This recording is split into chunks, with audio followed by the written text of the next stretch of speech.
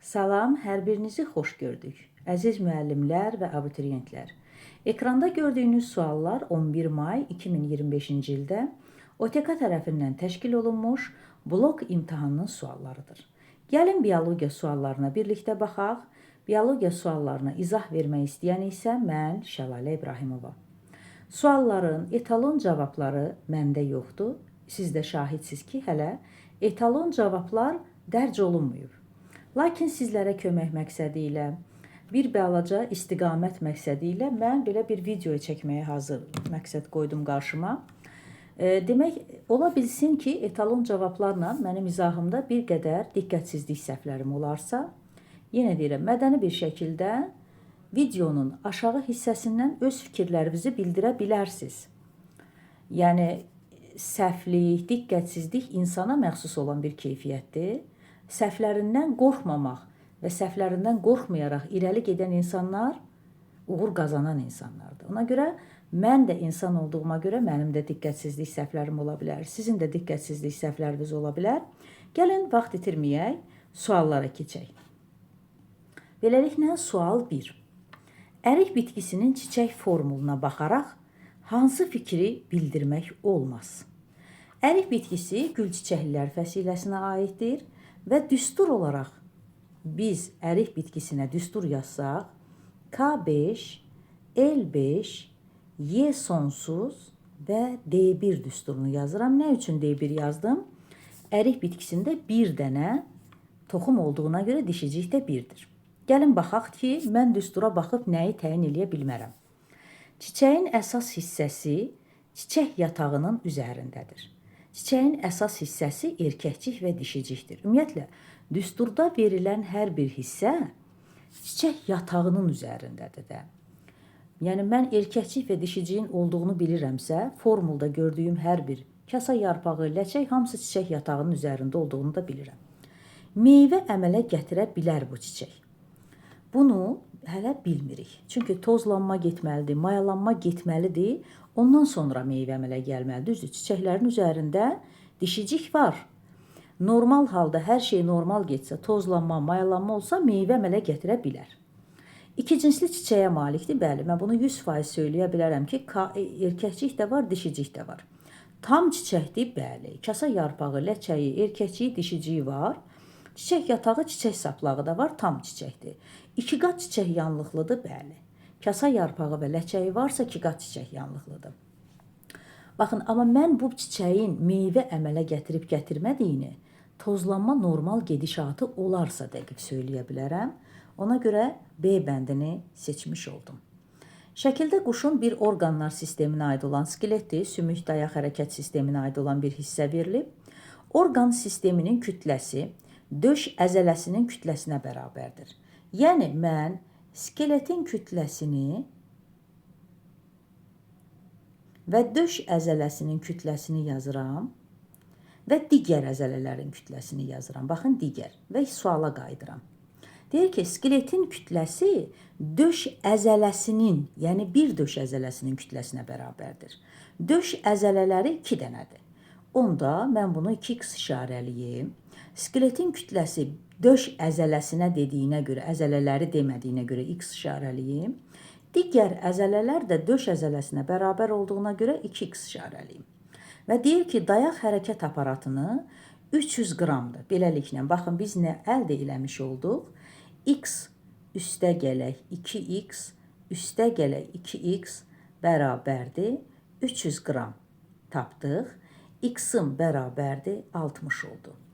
Və dayaq hərəkət aparatının, zaten dayaq hərəkət aparatının kütləsi də 300 qramdır. Orqanlar sisteminin, yəni skeletin kütləsini istəyir, o da 60 oldu. Beləliklə, insanın gövdə skeletindən bir sual verir. İnsanın gövdə skeletinə nələr daxildir? Gəlin xatırlayaq. Gövdə skeletinə daxildir. İnsanda, demək, onurğa sütunu, bir də demək, insanın gövdə skeletinə daxildir onurğa sütunu və döş qəfəsi. Baxaq görək, doğru fikir nədir? Deməli, deyir ki, yalnız cüt sümüklərdən təşkil olunub. Yalnız cüt sümüklərdən qabırğalardır, amma biz bilirik ki, fəqərələr də var axı orada. Bu söz doğru deyil. İki cür sümüklü olan sümükdən ibarətdir. Yəni yalnız borlu sümüklərdən ibarətdir də doğru deyil. Yalnız tək sümüklərdən, bəs onda qabırğaları neyniyək? Qabırğalar cüt sümüklərdir. Yalnız tək olmaz. Yaslı sümüklərlə birləşmə əmələ gətirir. Onurğa sütununun oma şöbəsi çanaq sümükləri ilə birləşmə əmələ gətirir. Bu doğru fikirdir. Borulu sümüklərlə birləşmə əmələ gətirir. Onurğa sütunu və döş qəfəsi borulu sümüklərlə əmələ gətirmir. Borulu sümüklər birləşir yuxarı ətrafda kürək sümüyünə, o da qurşaq hissədir, yəni gövdə skeletinə deyil də. Aşağı hissədən isə ayaq budun sümükləri çanaq sümüyünə birləşir, yenə qurşaq hissənin sümüyüdür. Bilavasitə gövdə skeletinə birləşmədir.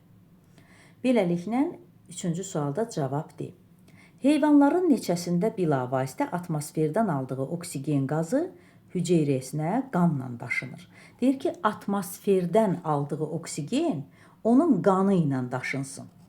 Baxın, mən həşəratları çıxıram. Gördünüz, 3 heyvan qaldı, xərçəng, hörümçək və soxulcan. Bu heyvanlarda atmosferdən aldığı qazı deyir. Xərçəng suda həll olmuş oksigenlə tənəffüs elədiyinə görə çıxıram. Beləliklə 2 heyvan qalmış oldu. Növbəti suala keçək. Növbəti sualda ptekantroplar deyir. Ptekantroplar barədə doğru fikri seçək. Qədim insanlara aiddir, doğru fikir deyil. Qədim insanlara neandertallara aiddir. Ən qədim desəydi, bəli, doğru olardı. Doğru deyil qədim insanlar. Qədim insana bənzər meymunlardır. Baxın, sözün içində ptek sözü varsa o meymun ola bilər. Ptek antropda isə antrop insandır. Əkinçiliklə məşğul olublar, xeyr. Əkinçiliklə xramanyonlar çənaltı çıxıntıya malik olmayıblar, bəli. Danışa bilmədiklərinə görə çənaltı çıxıntıları da olmayıb. Saxsıdan müxtəlif qablar düzəltmək isə xramanyonların əlamətləridir. Seçenova görə baş beyin refleksinin ikinci hissəsi refleks qövsünün neçənci hissəsinə uyğun gəlir. Seçenovun baş beyin reflekslərini yazaq. O refleksi belə görürdü Seçenov. Reseptor, demək mərkəz və işçi orqan olaraq görürdü. Bu Seçenovun gördüyüdür. Müasir refleksə baxaq. Reseptor, hissi yol, mərkəz, hərəki yol, işçi orqan. Gah baxaq, Seçenovun ikinci hissəsi mərkəzə düşür. Müasir refleksi neçənci mərhələsinə düşür? 3-cü mərhələsinə düşmüş oldu. 7-ci suala baxırıq.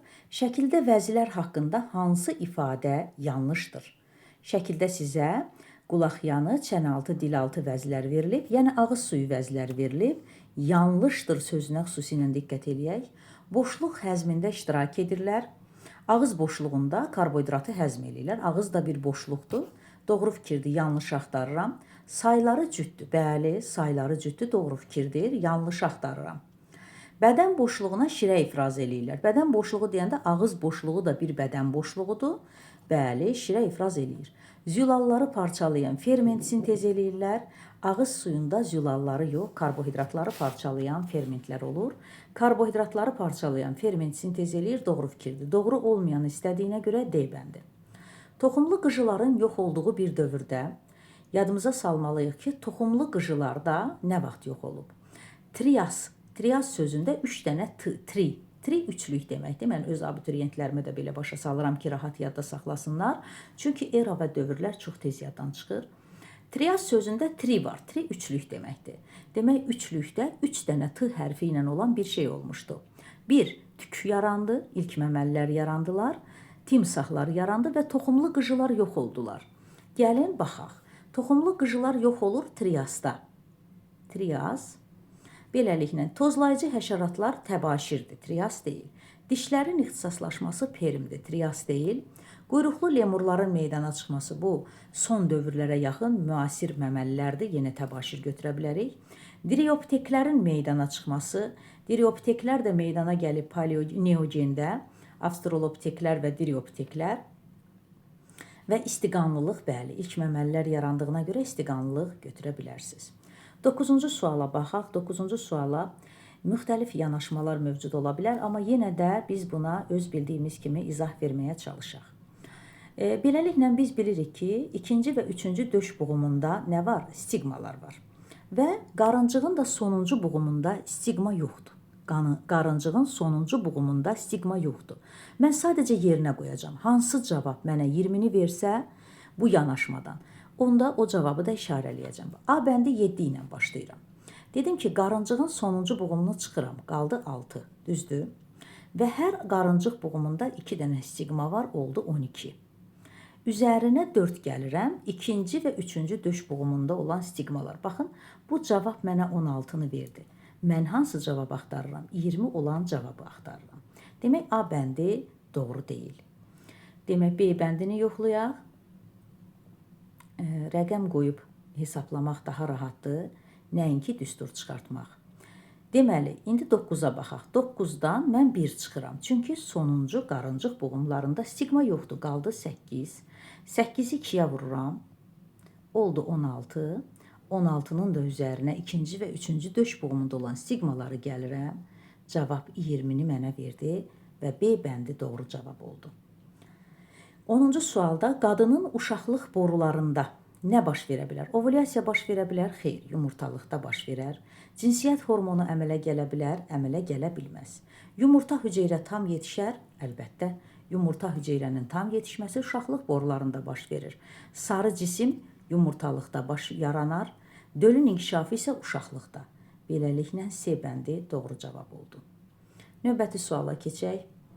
Diaqramda sağlam qidanın bir insanın gündəlik enerji tələbatını ödəmək üçün istifadə elədiyi yağ, zülal və karbohidratın maksimal miqdarı verilib. Mən maksimal miqdarları yazıram ki, səhv etməyim. Baxaq, gün ərzində 380-500 qram karbohidrat yeyirəm. Karbohidrat görürsünüz, zeti işarə eləyirəm, çünki ən çox olan zetdir. Gün ərzində 85 qram zülal qəbul eləyirəm və 80-100 qram isə yağ qəbul eləyirəm. 100 böyükdür, yoxsa 85, əlbəttə maksimal götürürəmsə 100 böyükdür. Ona görə X-a 100 işarə eləyirəm, X Y-dən böyükdür. Ən balacaya da Y işarə eləyirəm. Və mən artıq X, Y və Z-in nə olduğunu təxmin elədim. İndi isə doğru fikirləri seçməliyəm. 1 qram X maddəsi tam parçalananda, yəni yağ parçalananda ayrılan enerjinin miqdarı Z maddəsinin tam parçalanmasından alınan enerjidən çoxdur. Bəli, dolayısıyla demək istəyir ki, yağın 1 qramı parçalananda karbohidratın 1 qramı parçalanmasından çox enerji verir. Bir fikri doğrudur. Y maddəsinin monomeri amin turşularıdır. Gəlin baxaq, Y-imizə mən nə yazmışam? 85 qram, bəli. Y-də monomeri amin turşularıdır. Fikri doğrudur. Z maddəsinin tərkibində gliserin və yağ turşuları daxildir. Z-ə mən karbohidrat yazmışam. Gliserin və yağ turşuları ola bilməz. Harda 3 cavabı var, silə bilərsiniz. Beləliklə sildim. 4. Duru və ya bərk halda olan polimer maddədir. Bəli, demək, X maddəsi duru və bərk halda ola bilər, lakin polimer maddə deyil. Yağlar mürəkkəb maddələrdir, lakin polimer deyil. 4 bəndi də silmiş oldum. Cavab 1 və 2 qaldı. Nümayəndələri atomların birinci növ biogen miqrasiyasını həyata keçirir. Birinci növ biogen miqrasiyasını bakteriyalar, göbələklər, ümumiyyətlə bir hüceyrəlilər həyata keçirir. Gəlin bir hüceyrəli seçək. Xordalı bir hüceyrəli ola bilməz. Ali bitki də bir hüceyrəli ola bilməz. 1-4 bəndini seçmiş oldum. Kəlləlilər yarım tipinə aid A və B canlıları verilib və hansı ifadə yanlışdır? Yəni, mən çox xahiş edirəm, abituriyentlər və imtahana gedən məzunlar bu yanlışdır, doğrudur fikrinə görə bəzən sualları itirirlər. Baxın, bu zaman yanlışdırın altından mən xətt çəkirəm ki, yanlışın nə olduğunu düzgün təyin edeyim. Bədən temperaturu sabitdir. A canlısının 4 kameraldır. Postembriyonal inkişaf düzünədir. Sidik hissəsi yoxdur. A quşdur. Hardan bildim? Quş olduğunu, sidik hissəsi yoxdur, düzünə inkişafdır. B canlısına baxıram, sabit bədən temperaturu yoxdur, 3 kameraldır ürəyi. Dolayı inkişafdır, sidik hissəsi də var. Dolayı inkişaf onurğalılar içərisində bir tək, yəni xordalılar içərisində, onurğalılar içərisində aid olur bir dənə qurbağaya. Mən qurbağa yazıram. Və beləliklə doğru olmayanı tapacam. B canlısı kloakaya malik ola bilər. Bəli, qurbağa olduğuna görə B kloakaya malik ola bilər. B canlısının mayalanması daxil edir. Qurbağada mayalanma xaricidir. Yanlış fikirdir. Hər ehtimal digər bəndləri oxuyaq. Beləliklə, A canlısı istiqanlıdır. Bəli, quş olduğuna görə istiqanlıdır. A canlısının arteriya damarında 2 növ qan olur. Bəli, A canlısının ağciyər arteriyasında 2 növdür və venoz qan gedir də. Ağciyər venalarında da, ümumiyyətlə, arteriya damarlarında qurbağadan sonra gələn heyvanlarda arteriya damarında 2 növ qan olur demək düzgündür. A canlısında 2 qan dövranı var, düzgündür. Demək, səhv istəyirsə, mənbə bəndini seçirəm. Növbəti suala baxırıq. Üzərində yarpaq olan zoğu kəsiblər, göy rəngli mürəkkəbə qoyublar. Bir neçə gün sonra zoğ məhluldan çıxarılır, eninə və uzunluğuna kəsiyi müşahidə olunur. Deməli, baxın, zoğu mən şəkilə baxıram, görürəm ki, bu hissədə gövdənin özək hissəsi rənglənməyib, yalnız o qabıq hissəsi də rənglənməyib, baxın, orta hissəsi. Demək, nə nəticəyə gəlirəm? Bu, oduncaq boruları ilə hərəkət edən bir maddədir. Oduncaq boruları ilə nə hərəkət eləyir? Su və mineral maddələr. Bu təcrübənin məqsədi nədir? Kambi qatının fəaliyyətini müəyyən etmək? Xeyr. Qeyri-üzvü maddənin gövdənin hansı qatı ilə hərəkət elədiyini müəyyənləşdirmək? Bəli. Çünki su və mineral maddə qeyri-üzvü maddədir. Kök təzyiqini müəyyən etmək üçün təcrübə var idi. Onun ucuna boru daxil eləyirdilər və borudan su damcılayırdı. Bəli, o kök təzyiqi idi. Üzvü maddədə baxın, qabıq qatında heç bir rənglənmə müşahidə olunmayıb. Üzvü maddədə qabığın altındakı floema ilə. Yarpaqlar tərəfindən suyun buxarlanması isə kolba qoyurlar, kolbanın üzərinə damcılar qoyurlar. Deməli, bu cavab oldu B. 15-ci suala baxırıq. Deməli, yenə deyirəm, mən bu suala belə yanaşıram ki, heyvanların X, Y və Z-in cəmi arasında münasibəti tapın. Mən bu heyvanların hər birinin həm X-ini, Y-ini, Z-ini ayrı-ayrı hesablamağı düşünürəm. Ola bilsin ki, sual müəllifləri başqa cür yanaşırlar. Məsələn, X-i pişik üçün götürər, Y-i qurbağa üçün və yaxud Z-i quş üçün götürər. Amma mən hər bir heyvan üçün hesablayacağam. Buyurun, baxaq. Arteriyada, bax, birinci heyvan bizdə pişikdir, düzdür? 1 yazıram. Arteriya damarlarında dövr edən qan. Arteriya, dedim ki, qurbağadan o tərəfə olan bütün heyvanların arteriyalarında 2 növ qan olur. Və normal inkişaf etmiş göz qapaqları, məməlilərdə 3-cü göz qapağı yoxdur, amma üst və alt göz qapaqları var. 2 göz olduğuna görə 4 götürdüm. Ürək boşluğunda dövr edən qan növlərinin sayını mən 2 götürdüm. Deməli, pişik üçün mənim rəqəmim oldu 8. İkinci, qurbağa üçün hər birini ayrı hesablayayım. Arteriya damarlarında 2 növ qan olur, göz qapaqlarının sayı 6-dır, ürək boşluğunda qan növləri 3-dür. Mən burada 11 almış oldum. Üçüncüdə isə quş üçün hesablayıram. Arteriyalarında dövr edən qan növü 2-dir. Bunun 3-cü göz qapağı olduğuna görə 6 göz qapağı, 3-cü göz qapağı rudiment bir dənə məməlilərdədir də. Quşlarda yaxşı inkişaf eləyib. Ürək boşluğunda dövr edən qan növləri 2. Və mən burada 10 almış oldum. Gəlin baxaq, hansı böyük oldu? 2 böyük oldu 3-dən, o da böyük oldu 1-dən. Beləliklə 2 böyükdür 3, o da böyükdür 1, C bəndini almış oldum. Yenə deyirəm, etalonlar hələ mənim əlimdə deyil. Ola bilsin ki, bunu, məsələn, ayrı-ayrı heyvanlar üçün hesablamır. Amma ayrı-ayrı heyvanlar üçün hesablayanda, pişik üçün ayrı, qurbağa üçün ayrı, quş üçün ayrı hesablayanda bu nəticəyə gəlinir. Həm göbələyin, həm virusun törətdiyi xəstəlik olsun. Angina bakteriyalardır. Mikoz sadəcə göbələklər, faringit isə bakteriya və viruslar tərəfindən, Dəmirov isə 11-ci sinif kitabına əsasən də göbələyin və virusun törətdiyi bir xəstəlik olaraq qeyd olunub. Növbəti suala keçək. Aşağıdakı ifadə doğru deyil. Baxın, doğru deyil deyir. İnsan asqardi normal həyat fəaliyyəti zamanı insanın ağciyər arteriyasında, bəli, ağciyər arteriyasında ola bilər. Çünki sürfə qayıdır axı. Ürəyin sağ tərəfindən ağciyər arteriyası ilə ağciyərə gedir. Ola bilər. Aşağı boş venada, bəli, qaraciyərdən gələndə aşağı boş venada da ola bilər.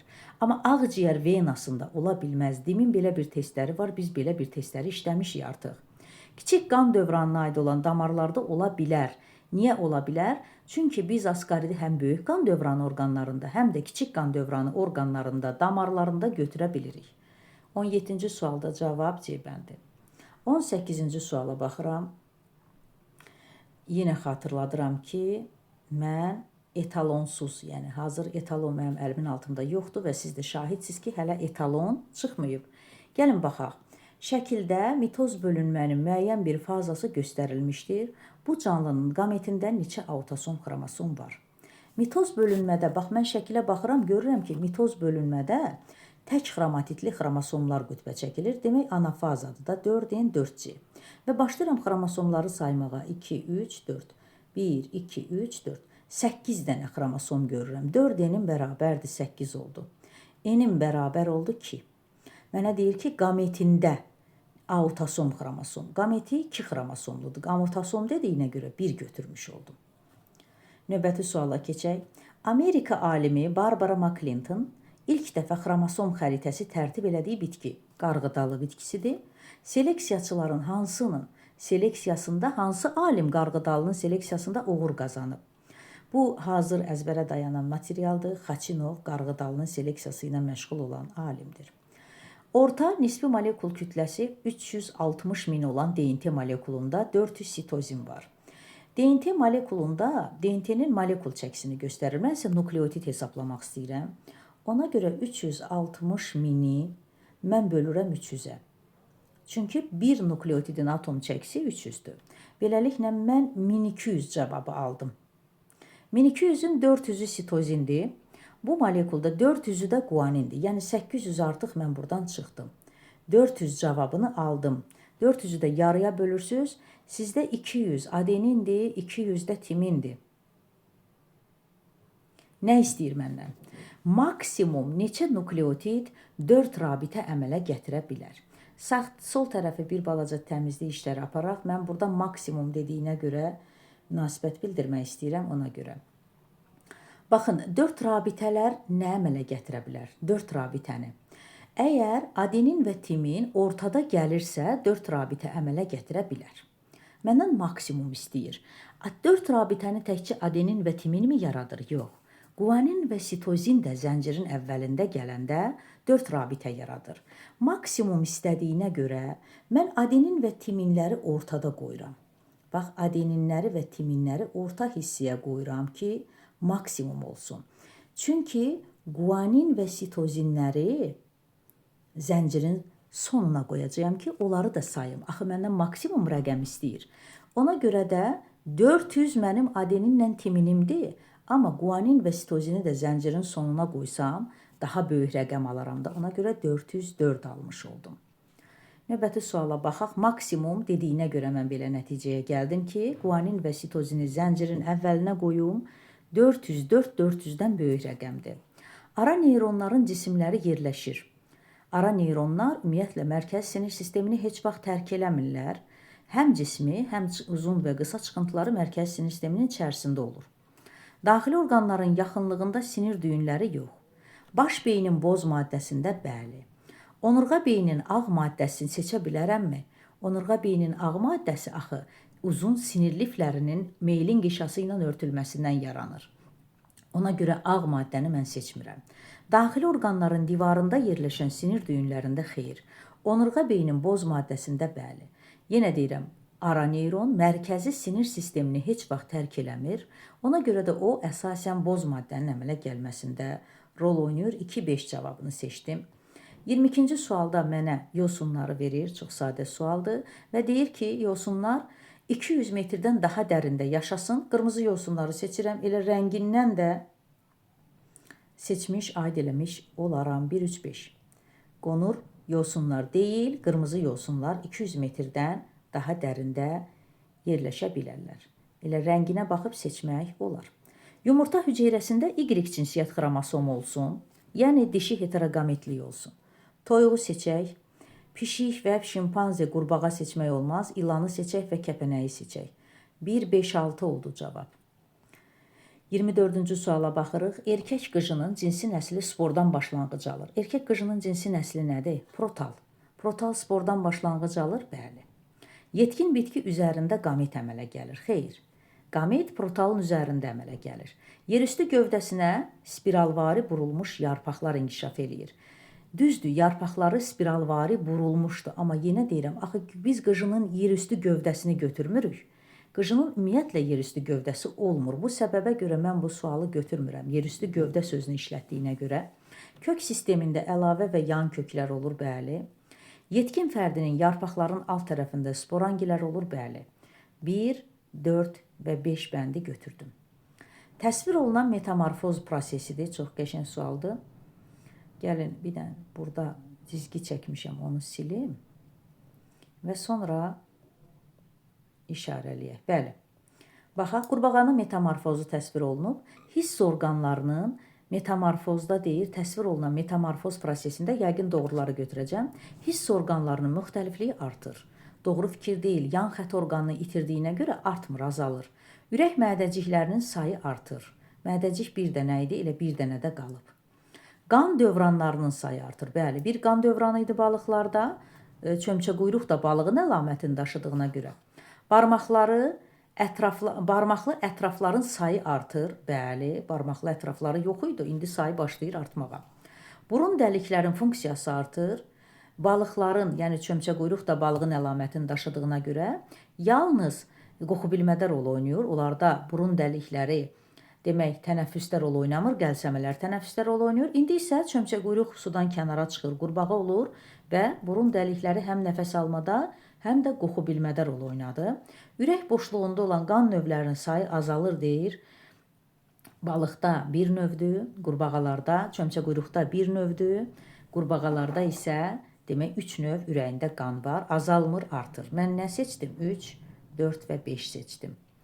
Bu məsələ bir qədər mənim vaxtımı aldı, bir düşündüm bir xeyli müddət. Çox güman ki, orada şagirdlər də, abituriyentlər də bu məsələnin üzərində bir xeyli müddət düşünüb. Yəni bütün mövcud demək halları gəlin nəzərdən keçirək. Badımcan çiçəklər fəsiləsinin çiçək düsturunu istəyir. Badımcanın çiçək düsturunu istəyir. Yazıram. Baxın, K5, L5, Y5 və D1 düsturudur və düstura əsasən bu cür olmalıdır. Baxın, bu cür olmalıdır. D hətta mötərizədə deyil. Bunu mən düzəldim. D mötərizədə deyil düstura əsasən. D, yəni mötərizəsi yoxdur. Baxaq, mötərizədədir. Y5 də mötərizədədir. D1 mötərizəsizdir. Yazdım düsturu və deyir ki, bitişik strukturların sayları cəmi. Yəni, yenə deyirəm, mövcud bütün halları nəzərdən keçirəcəyəm. Ola bilsin ki, bu da mənim yanaşmamdır. Bəlkə də səhv yanaşmadır, amma yenə də öz fikrimi bildirirəm. Bitişik strukturlar buna əsasən 15 olmalıdır, düzdürmü? Və deyir, bitişik strukturların sayı bitişik olmayan hissələrin cəmindən. Baxın, əslində 14 olmalıdır, görürsünüz? Bu cür getsəm, sayları cəmindən 8 ədəd çox olub. Yəni, mən belə düşünürəm ki, bu məsələni tərtib edən insan bu cür getsə 14-ə bölünən bir rəqəm deyil də 8. Mən demək, elə bir ədəd olmalıdır ki, o bölünsün, 8 həmin ədədə bölünsün. Və mövcud halları nəzərə alaraq, baxın, mən K5, L5, Y5 və D1. Baxın, bu halda, demirəm bu hal, məsələyə görə, kitaba görə, bax, düstur budur.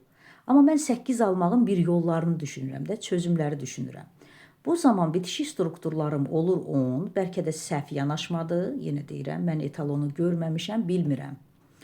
Və bitişik olmayan strukturları da götürürəm 6, beləliklə 4 almış oldum və 8 4-ə bölünür. 8-i mən 4-ə böləndə 2 çiçək götürmüş oluram. Və hər bir çiçəkdə rüşeym kisələrində 60 hüceyrə mitoza məruz qalıb, bir toxumun əmələ gəlməsində 7 mitoz baş verir. Ona görə mən 7-yə bölürəm, cavabı alıram. Buradan 9 və mənim bir çiçəyimdə 9 rüşeym kisəsi var. İndi 2-yi vururam 9-a. Olur 18. Və mayalanmada 18 dənə rüşeym kisəsində. Mayalanmada neçə qametin iştirak elədiyini hesablayıram. 18-i də vururam 3-ə. Cavab 54. Yenə deyirəm, düstura əsasən getsək, mən 8-in 14-ə bölünməsini, yəni bir rəqəm tapa bilmirəm. Amma bu cür getsək, yəni mövcud variantları çeşidləyəndən sonra bu nəticəyə gəlirəm. Bu cür getsək, qismən də olsa bir cavab almış oldum. Əgər narazısınızsa və ya etalon çıxandan sonra doğru cavabla üst-üstə düşməyəcəksə, üzürlü hesab eləyərsiniz. Növbəti suala gələk. Uyğunluğu müəyyən eləyək. Növlərin zülal və nuklein turşularının tərkibinə görə fərqləndirir. Bu biokimyəvi kriteridir. Növlərin ekoloji mühit şəraitinə görə ekologiya E bəndidir və növlərin xarici daxili quruluşuna görə fərqləndirir. Morfoloji kriteridir. 1-ə C, 2-yə E, 3-ə D. Situasiya sualına baxırıq. Situasiya sualı eukariot orqanizmlərdə amin turşularının genetik kod cədvəli verilib mənə. Və suala baxıram. Gəlin baxaq. Cədvələ əsasən daha çox sayda tripletlə kodlaşdırılan amin turşularının adlarını yazın. Cədvəli istifadə eləmək vacibdirmi? Əlbəttə. Cədvəli istifadə eləmək vacibdir. Gəlin baxaq. Baxın, görürsünüz, harda mən müxtəlif amin turşularını var. Leysinləri görün, nə qədər görürəm. Baxın, 6 dənə leysin gördüm. Sonra serinlərə baxaq. Baxın, serinlərə baxın hələ. 1, 2, 3, 4. Serinlər yenə olmalıdır burada. Demək, serin gördüm, leysin gördüm. Hansılar çoxdur, onlara baxıram. Baxın, argininlərə baxaq. Argininlərə baxın. 1, 2, 3, 4, 5, 6. Bu arada serinlər də buradadır. Baxın. Deməli, hansıları dairəyə aldım? Hansıları mən cədvəlin içində daha çox gördüm? Mən cədvəlin içində daha çox gördüm serin, arginin, leysin. Ümumiyyətlə, heç cədvəlin içinə baxmasam da, biz abituriyentlər olaraq bilirik ki, 6 növ kod tripledi ilə kodlaşdırılanlar serin, arginin və leysindir. Yəni, bu da hazır materialdır, amma cədvəli görüb daha yadda saxlamaq daha gözəldir. Gəlin baxaq, cədvəldə mənfi işarəsi ilə işarə olunmuş xanaya uyğun gələn DNT və RNT tripletlərinin funksiyasını yazın. Baxın, mənfi işarəsi ilə işarələnsin. Mən işarələrimi silim ki, daha yaxşı görüm. Mənfi işarəsi ilə baxırıqmı? 3 dənə triplet mənfi işarəsi ilə işarələnib. Deyir ki, cədvəldə mənfi işarəsi ilə işarələnənə uyğun gələn DNT-nin və RNT-nin kod tripletlərini. RNT-dir bu. U, A, A. Baxın, U, A, A demək U, A, G, U, G, A. Stop tripletləridir. RNT-nin stop tripletlərini yaza bilərəm. U, A, A, U, A, G, U, G, A. Yazdım. DNT-ninkiləri istəyir. DNT-ninkində buna komplementar tapacam.